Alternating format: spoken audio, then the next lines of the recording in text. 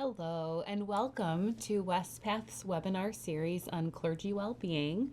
We're so glad you're here joining us today, whether you're live with us or whether you follow the recording afterwards. My name is Kelly Whittick. I'm the Director of Health and Wellbeing at Wespath, so I oversee all of the programs and services and information that we do related to well-being. Today, I have with me a very special guest, Reverend Rachel Miller. Rachel, would you like to introduce yourself and how we snagged you and brought you into this clergy well-being webinar today? Absolutely. Thank you, Kelly. My name again is Rachel Miller, and I serve here as an ordained deacon in the Church Relations Department with Wespath. And my husband is an ordained elder, and he serves at Ginghamsburg Church in Ohio, where we currently reside. I was drawn to Wespath as I saw them go beyond the scope of their responsibilities to serve clergy in the real issues. They're giving beyond their time, their talents, and their resources to care for those who serve. And I thought, my golly, I can't believe they're doing some of the things they're doing, and I want to be part of that. And I also have a vested interest, not only as a clergy person, but as a clergy spouse. We've lived this for 30 years, so knowing how critical spiritual well-being especially is as the foundation for everything we do in ministry. So thank you. We're excited to have you, and spiritual and social well-being are areas that sometimes, the typical well-being staff, it's not our bread and butter, if you will. So we're so glad to have you here, like you said, as a pastor, as a clergy spouse who really lives this and can give us some real good insight on the importance and maybe some tips to improve spiritual and social well-being. So here we go. So you may be familiar if you've been to our webinars before or if you've seen our website that Wespath conducts a clergy well-being survey every other year. We've done it since 2012. And our most recent survey was done in the beginning part of 2023. That's right, we've got another one coming up soon around the corner next year. But what we did is we took a random representative sample of clergy in the U.S. Across the United Methodist Church. And we asked a variety of questions across all 5 dimensions of well-being. We invited 5,000 people to participate and got about 25% of them to do so. And then when we look at those results, we compare them to demographically matched national benchmarks so that we can really say, what's happening with clergy over time and compared to peers who are not working for the church. So if you're interested in our report, you can certainly take a look at this QR code. You can scan that. We've also got folks standing by who are going to put the link to that survey in the chat, so you should be able to get that as well. And before I keep going, I should say if you've got any questions, definitely enter them in the Q&A section at the bottom. I should have said that first. So when we looked at the 2023 results and we looked back over a decade of results from 2013 to 2023, what we saw is that there was a steady decline in self-reported well-being. And so self-reported well-being, overall perceived well-being, is a pretty good proxy for well-being overall. And so it's why we measure it. And so what we saw is that steadily over the last decade that clergy well-being has been declining. So if we look at those bottom bars, the blue and the green, those are clergy who are reporting their overall well-being as excellent or very good. You can see that that's dropping slowly. And then on the top, we see the orange and red bars. Those are clergy who are reporting their overall well-being as fair or poor. You can see that slowly growing. So, a decade ago, we thought we had a problem with clergy well-being, and unfortunately, it's gotten worse, not better. One of the things we like to emphasize is how important it is not just to say, okay, clergy well-being is the responsibility of the clergy person. We can all make good behavior decisions. We can eat well, sleep, exercise, but we know that when it comes to healthy behavior choices, that there is a dependency both on individual accountability, but also on the environment. And so today we'll be talking about not just things that clergy can do themselves to try to improve their spiritual and social well-being, but we'll be thinking about what do they need from the church overall, from their specific congregation, potentially from each other, to really focus on spiritual and social well-being. So we're going to be looking at both today. This series is part of an overall partnership that Wespath has been doing this year with the General Board of Higher Education and Ministry. So the two of our agencies together have been releasing emails, which I hope those of you who are attending have seen. If not, definitely check your spam folders.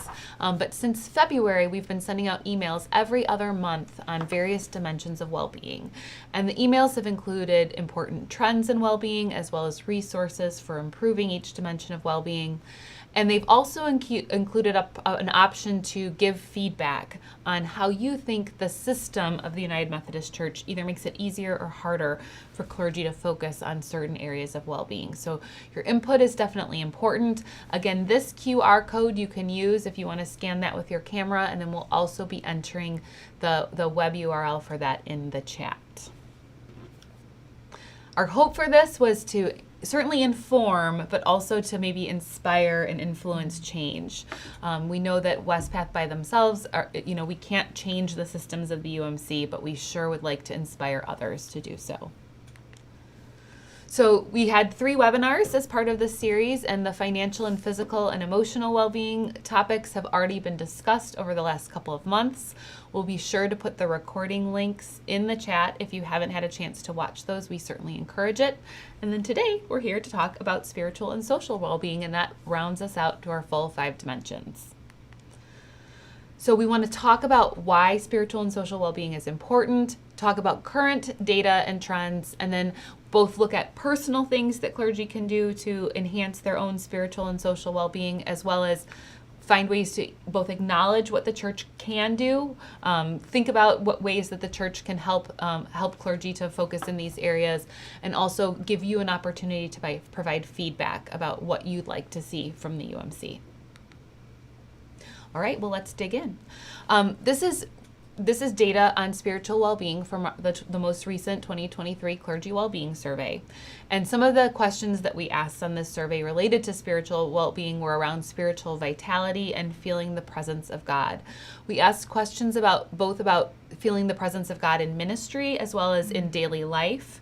And we saw, this is actually an area that wasn't the worst to mention, but I think when I think of clergy and what I want for them in terms of well-being, I want more than 73% to feel the presence of God when conducting pastoral visitations. I want more than 68% to feel the presence of God when participating in church events. I want more than 70 to 80% to feel a vital relationship with God, or feel God's grace, God's love, separate from what they accomplish. What do you think about that? Yeah. As I look at that percentage, it's high, but like you said, 22% feel they don't have a vital relationship with God. I think that's really problematic, because if I'm empty, I can't pour into someone else. So if I'm not connected to that vine, to that power source, I can't help others. So yes, that's very discouraging to me. I think we have some work to do. Yeah, and I mean, look, clergy are human beings, as we know, which means that not everybody can be 100% of the time. But at the same time, this is an area, and we know that spiritual well-being is linked to other dimensions of well-being. Absolutely. So as clergy struggle in emotional or financial or physical well-being, they may also find that trickles and impacts their spiritual well-being. Absolutely. I would agree. So when we look back, it's definitely a less dramatic decline over the last 10 years than other dimensions. But the 2 areas where we saw the greatest decline in spiritual well-being are in clergy feeling a sense of harmony and feeling a sense of peace. And I think it's probably common for people all over the country to feel a little less harmony and peace.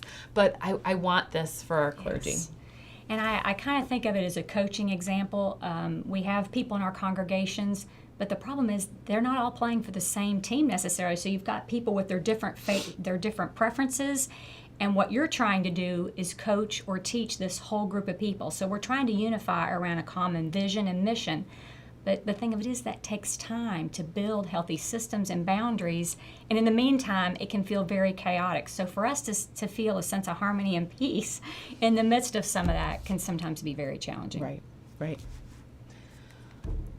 moving on to social well-being and the trends there. So this makes me very sad, and I've heard these stories over the years, so I'm not surprised. But we see a third of clergy who are reporting they feel lonely and isolated at work in 2023, and almost a third is feeling like they aren't understood by family and friends. I mean, being a clergy person is a very unique and kind of like, unless you're in a big church with a lot of clergy, it's kind of like a loner profession, right? Absolutely. And I think because of that, you feel lonely because you may be the only person in that area. You may be in a rural area where you don't have a lot of support. You're the solo pastor in that church or charge. And as clergy, we also don't always get to serve out of our area of call or giftedness. We're called to be generalists because we may be doing things like disciplinary action with different staff people, all the way to putting out the trash. So It makes it really difficult then to feel that sense of, getting around the sense of isolation, I guess I would say. And then friends and family, that's even funnier because I think of holidays like Christmas and Easter. Our families are preparing for the big feast, the get-together, who's going to bring what, and those are the two highest and holiest days of the church. So what are we doing? We're preparing for that. You're working. So, absolutely, and we're excited about it. It's the culmination of lots of preparation as we prepare for visitors to come along with the congregants. And maybe we're doing extra services. So when it's done, we want to bask in the glory of the moment, and then we want to crash. The last thing we want to do is get in the car or get on a plane and travel to wherever, and by the time we get there, we've missed it anyway. So yeah, it's just a real interesting dichotomy. And it's probably really hard for family members to really understand that, right? I mean, you can see that disconnect. It's a very different ask than what a lot of folks who work in secular work are probably dealing with. Absolutely. Yeah. And we can't host because we're in the midst of doing all this. So trying to host it at the same time is also very awkward. So when we look back 10 years, we do see that this is actually an area that we've seen social well-being get worse over the last decade, where clergy in 2013, 80% feel understood most of the time. Now that's down to 72%. And then only 1% hardly ever felt understood, and now it's up to 4%. And 4% may not seem high, but when we think that that's 4 times worse than it was a decade ago, we're definitely not moving in the right direction. Exactly. And I think it gets even harder as we move beyond the church walls to have relationships, number one, having time to do that, and then just trying to figure out where do we do that. For me, I focused on, the neighborhood, wherever it is I move. But I can tell you, I never lead with what we do. Oh, we're the pastor of such and such church. No. I try to get to know people first. And let them get to know you as a person. Absolutely. So that I'm not hopefully judged by that, for some a stigma. But hopefully it's a way to get to know some people where you live. That's where we've accumulated some of our very best friends, were the people we lived with. So I would encourage people to reach out to their neighbors for sure. All right. Well, here we go. We're going to get into the meat now. So you've heard the data. You've seen what, whether you are a participant in our clergy well-being survey or whether your peers are. You've seen what the trends have been over the last decade. So as we get through this first part of the webinar, we encourage you to think about, are these areas of well-being that you want to focus? If so, what do you want to change? What do you want to improve? There's so many places you can start. You just have to pick one. One of the things about well-being and the research that we've seen over the years that I think is great is wherever you start, it can have an impact on other dimensions. So like if you want to start on spiritual, and you should eventually see a positive impact on social and emotional and other dimensions as well. Find resources to support you, and definitely both hold yourself accountable. So, set firm goals. I think they call them SMART goals, but also be kind, because any well-being journey has its ups and downs. You have moments that you thrive at what you're trying to accomplish, and then you have moments that are a lot more difficult.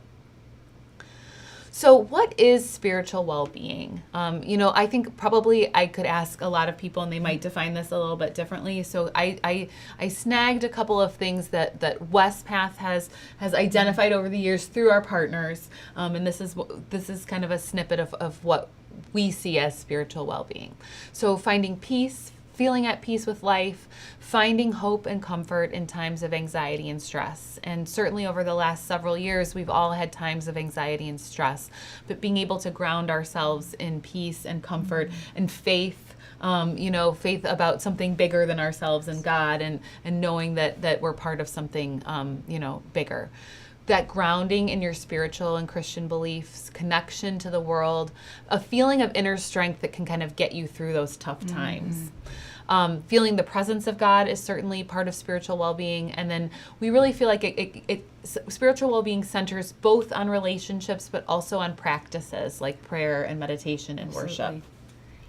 I agree. I think it's more than feeling the presence of God, as you're getting at. It's figuring out how to live in the full presence of God and staying connected to that power source, if you will.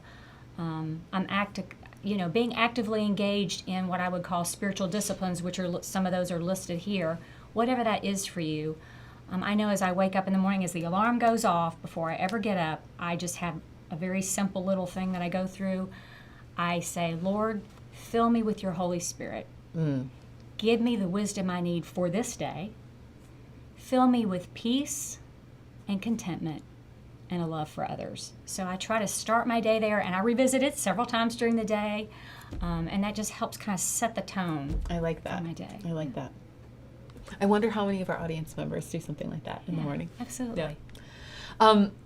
So one of the things that we've heard over the years, and I'm sure that you can attest to that, is clergy might not get that same spiritual boost from worship or like going to a fellowship event as congregation members. So, I get a huge boost from worship. I, cry during the sermon and, feel the Spirit during the songs. And to me, that is absolutely one of the practices that keeps me closest to God. But when you're leading that and coordinating that and orchestrating that, maybe it doesn't feel quite as spiritual.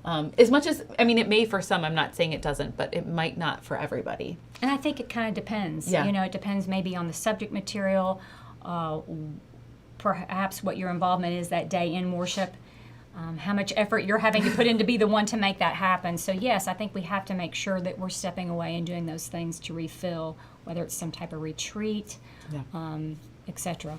So other practices, not just relying on worship. Absolutely. The way that your congregation members may. We've heard that clergy don't always have a safe person or a safe place to process some of their own spiritual and personal struggles. I think sometimes congregation members can just expect their clergy person to be sort of spiritually infallible. And that's just really not a realistic expectation. Not at all. No. Not at all. And for us to identify where our strengths and weaknesses are, so that we're not trying to overstep in places where we can't serve, that we're able to perhaps send them to someone who can help them with a specific need or concern.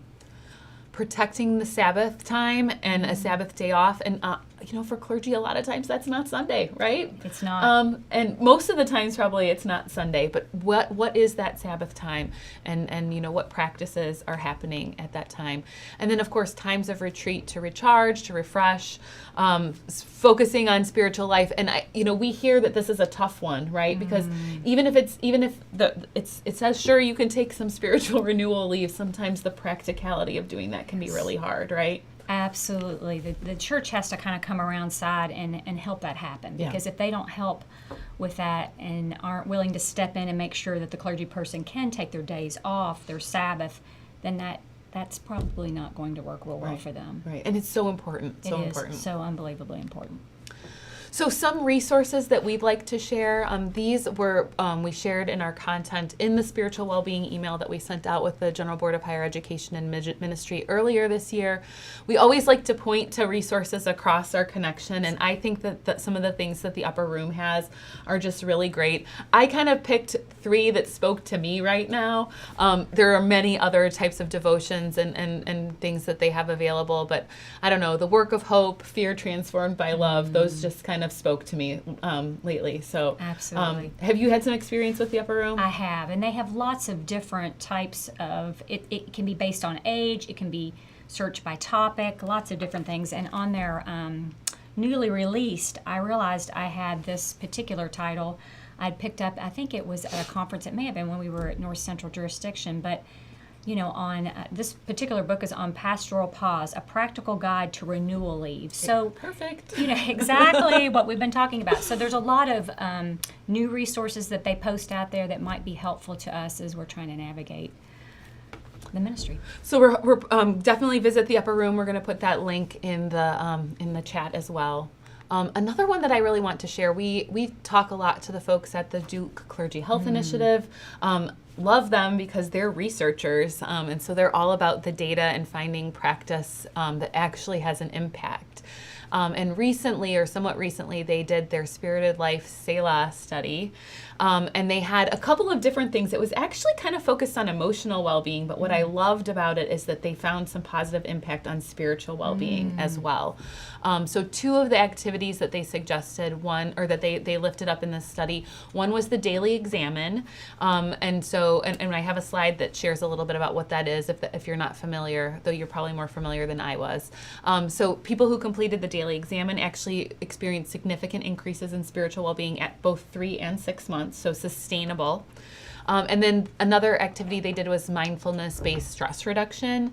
And those folks saw a trend toward significant increases in spiritual well-being at 6 months. So the daily examine was a little bit more effective when we think of like just measurement, but both of them definitely moved the needle in the right direction. And what that was, the daily examine was a 5-step prayer, 15 minutes a day.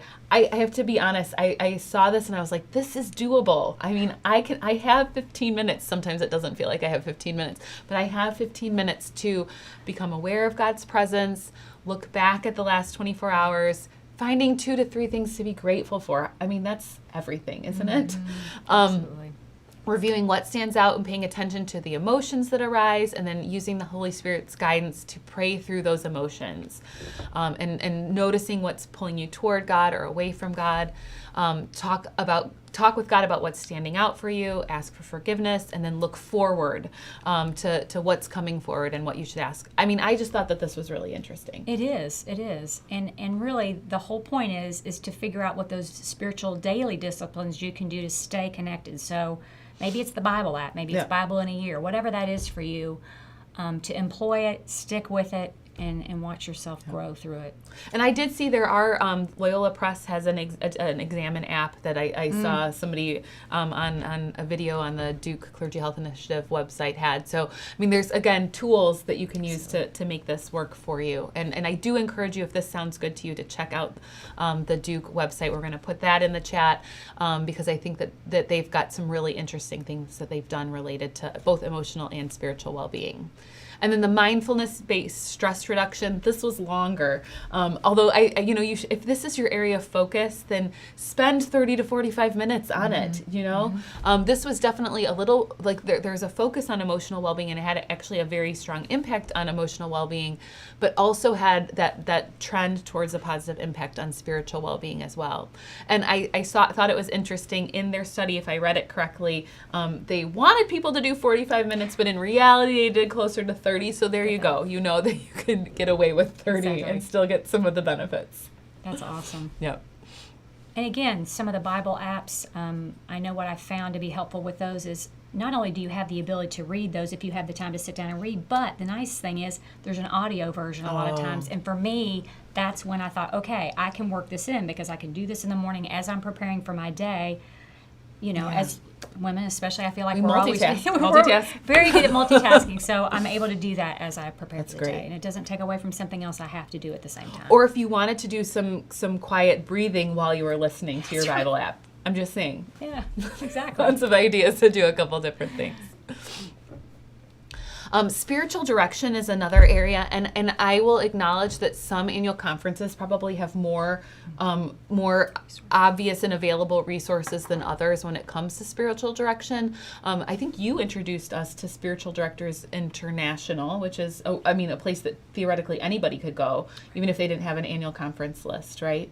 Yes, we did a webinar earlier in the year with Kim LaRue from Powell United Methodist Church, and she had spent a lot of time in this area of spiritual direction. She did a whole interview with us and gave us a lot of key points as far as, what are some helps? What are some of the things we can accomplish with spiritual direction? She is one of our spiritual companions for the West Ohio Conference, but I'm sure there's also state and maybe even within your annual conference some places you can get some more information on this because it's really helpful. A spiritual companion is probably someone maybe that's maybe a fellow clergy person or a friend, but the spiritual directors are trained to help provide that direction in our lives, to help us stay plugged into our faith, to stay on that continuum and to navigate the journey ahead. So I think it's a very valuable thing, and we're seeing more and more people utilize this as a resource. That's great. So important to kind of figure out, if this is your area, right, that spiritual well-being is your area that you want to focus on. Hopefully some of these resources are either helpful or maybe spark something. It doesn't have to be these, but if it sparks something in you, then hopefully, then this was well worth your time. So as we transition away from spiritual well-being, just want to give you a moment to think about what spiritual well-being means to you, maybe how your perception has evolved over time, and then what steps might you take. I really feel like I like your quick morning prayer, because I feel like that's not even 15 minutes. Like, no, I can find time for that. That's like 30 seconds. Exactly. You can do that. You can really start quick. somewhere. Maybe in one breath. Yeah. So yeah. I like it. All right, so let's move on to social well-being. And social well-being, of course, focuses on healthy relationships, supportive relationships. It can be with family and friends. It can be with peers, neighbors, as you said, Rachel. And not only how many people that you have in your life, but very importantly, the number of people that you can confide in. Mm-hmm. When the times are tough, like, who can you go to? Ideally, having some that are near as well as some that are far. Having those positive interactions with people really builds up emotional reserves and strengthens connections for when there are conflict or times of need, right? Like they say that we kind of dip into that cup that we pour into of goodness in those times where, things are more challenging. Absolutely. And then importantly, having that strong social network can really, there's scientific studies that show that it could be a key to happiness. It can protect against health problems or certainly help through health problems. So social well-being is really important. Absolutely. And we were designed to be in relationship. We were not designed to do life solo. So it's important to have those and those safe places we can go, whether it's another couple that perhaps you've known for a long time, somebody perhaps back from your childhood or that's traveled with you that you really you trust and you can confide in. I know we have a couple that we've traveled 34 years together. We get together. We try to get together monthly just to maintain the relationship, check in on each other, and just have a great time. Yeah. And I know that, everybody's different in terms of whether being around other people is like energy filling or energy draining, right? But I really do find that if I spend some time, particularly with some girlfriends, it just fills me right up, and it just kind of resets me for whatever's next. Absolutely. I'm really grateful for that. And that's the whole point, that we need those times of refreshment and renewal and just to let our hair down and enjoy ourselves so we can get back to the business at hand. Yep.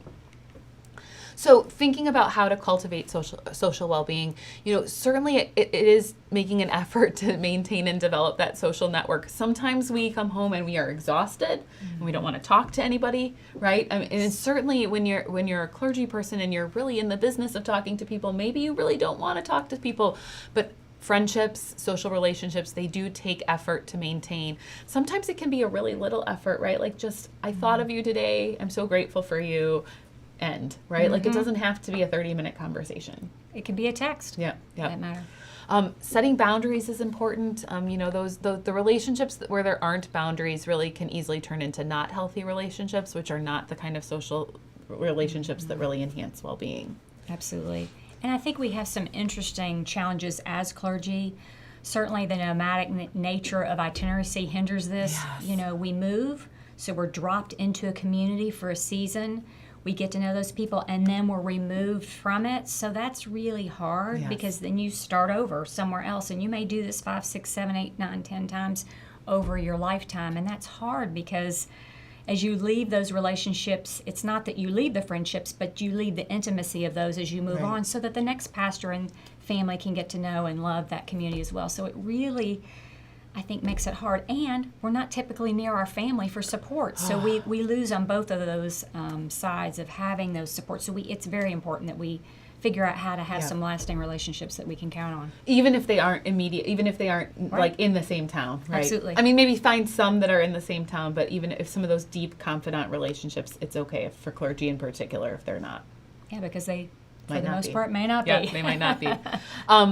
Participating in your community, I feel like clergy, they participate in their community, in their church community, but maybe even participating outside of their church community, right? Finding other ways to volunteer in the community and get involved with schools or whatever to, find other ways to meet people beyond just the Absolutely, congregation. whether it's the gym or, whatever it might be, your neighborhood HOA, or, there are different places and spaces that we can make those relationships outside of the church, which are healthy for us to have, definitely.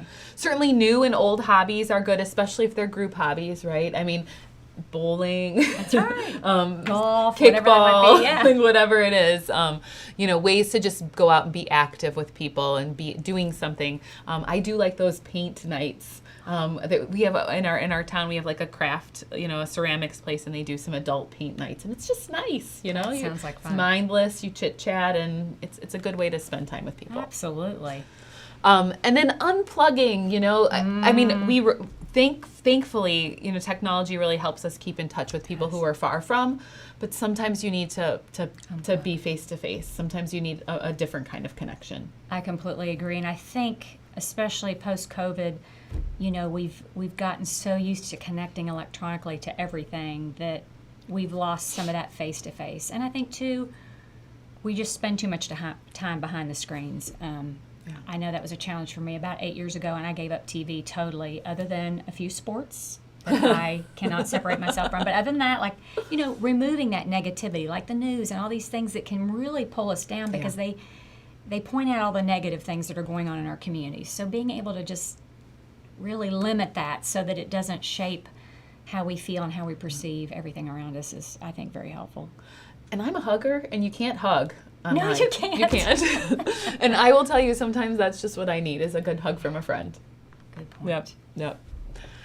So, as pastors, we, and this is advice actually from other pastors, not from me, but, engaging socially with people who don't see you as a pastor, whether they're the meetups or, finding groups that meet online. And I loved that, actually, it was Mike Bachman from the General Board of Higher Education and Ministry who said this, but he said, go ahead and invite friends to church, but not yours. Your church.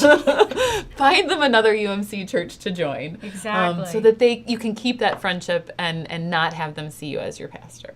That's a great point. I liked it. And you had mentioned getting to know your neighbors. I mean, some of my dearest friends live in our neighborhood.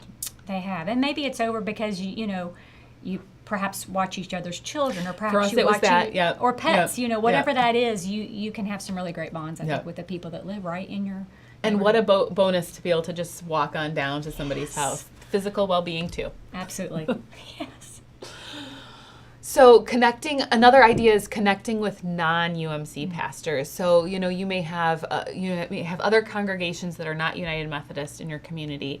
And, are there ecumenical groups to join locally? Can you connect with other pastors who probably do understand you, but, who just happen to not be United Methodist? That's a great point. And certainly Virgin Pulse has tried to do some great things with the walking challenges. I like that, yeah. Love those. I mean, they do single, where you're doing them just, against another person. But the cool thing is they do the group ones, and those are really fun. And you can meet people across the UMC. I mean, not every clergy person in the UMC is in Virgin Pulse, but I would say a good chunk of them are in it. And if you meet somebody out and about and you connect there and do challenges together, I mean, it's a good way to be social and active, potentially. And it adds a little accountability and a little, you're competing and you're watching the leaderboard. It can be a lot of fun. Yep. We've also heard covenant groups. I think some annual conferences do these more strongly than others. But I think that I've definitely heard from clergy who like their covenant group that these are ways that they engage socially with people who really do understand Absolutely. them. And I think it works better when it happens organically rather than being like the conference forcing you into groups. And I think they, have the best interest in mind of the clergy, but it's just easier if we have a little bit more choice of who those people are so that we can have those deep relationships, because maybe it's based on geographical area or perhaps the type of church we serve. But I think it's important that they have a little bit of say in that so that Yeah. it can really come together and, Yeah. and be effective. But that's something that takes a little effort too, right? Yes. Like, yeah, if you want to be in a covenant group, you kind of have to make the effort, I mean, especially if it's an organic one. Right. You have to make the effort to find the people, right? And make the investment of time. yeah. And sometimes it feels like we don't have that time, but once we invest that time, I feel like it's everything. I agree. All right. Anything else that you want to share on social well-being, Rachel? I don't think so, because I think the next Yeah. part of what I want to talk about is when we Perfect. involve the church. Involve the church. Yes. All right. So we'll pause one more second and say, what does social well-being mean to you? How has that evolved over time during various phases of life? And then just thinking through, what can you do to enhance your own social well-being? All right. So Wespath does have some resources. Some of these we've already mentioned. I did want to share the QR code again. We have a few resources on our own website. Focus on Your Spiritual Life is one of those. And then I wanted to mention the Upper Room and the Duke Clergy Health Initiative study again. So if you scan that QR code, we will put that in the chat again. So those are good resources to take a look at. These are a couple of other pieces that we have around keeping friendships strong, keeping marriages strong, managing conflict, which is, of course, anytime you have social relationships, you're going to occasionally have conflict. So again, that is the same QR code, and we have various resources for different dimensions. But now let's think about what clergy need from their churches when it comes to cultivating these types of well-being. Because I want to go back to that concept at the beginning that, yes, accountability is important. Like, we have to make the effort ourselves to cultivate our own spiritual and social well-being. But we need help, and we need an environment that is conducive to taking the time to do those things, right? Like, if we're constantly being barraged with expectations that we can't meet, it may feel like we don't have time for friends and family. It may feel like we don't have time to take 30 minutes for a spiritual practice. Absolutely. So we really do need churches to think about, and congregations to think about, how they can foster time for clergy to prioritize their own well-being. We have this 50 ways to support your pastor's well-being document. This is one of my favorites. Another one of our Wespath staff, who is also United Methodist clergy, put this together years ago, and it has totally withstood the test of time. But here are some specific ideas, and this piece is actually designed for clergy to give to their congregation, whether it's their staff parish relations committee, their pastor parish relations committee, other lay leaders in the church. So things like, reminding your church that you need to be able to have a Sabbath, reminding your church that you need to respect the pastor's time with their family and friends, encouraging time off, encouraging recreational activities that are not just the ones that are at church.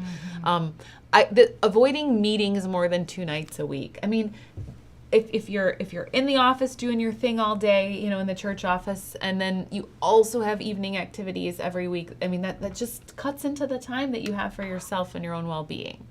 And I like this last one too. This is kind of, yes, the pastor is also a Christian and also a human and on a spiritual journey. So doesn't always have all the answers. Absolutely. And like you said, the congregation has to play an active role in this, in helping to protect the pastor's time off or their Sabbath.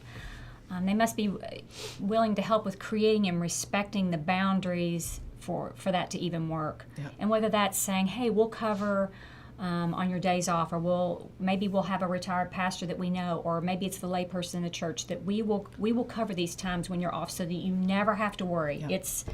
We've Call me. intentionally Yep. taken care of it Yep. so that they can step away, because I think that's the problem too, is we say it, but if we're not going to actually do it and put it into action, the pastor still has that pressure for when something happens. Oh my golly, I've got to respond. So I think the congregation really plays an active role in the health and well-being.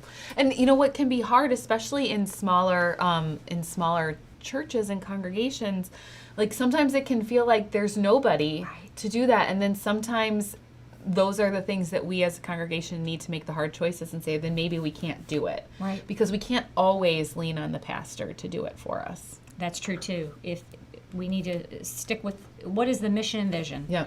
And if we don't have the manpower to cover all that, perhaps then we don't do it. Yep. Yeah, Yep. we have to pick and choose.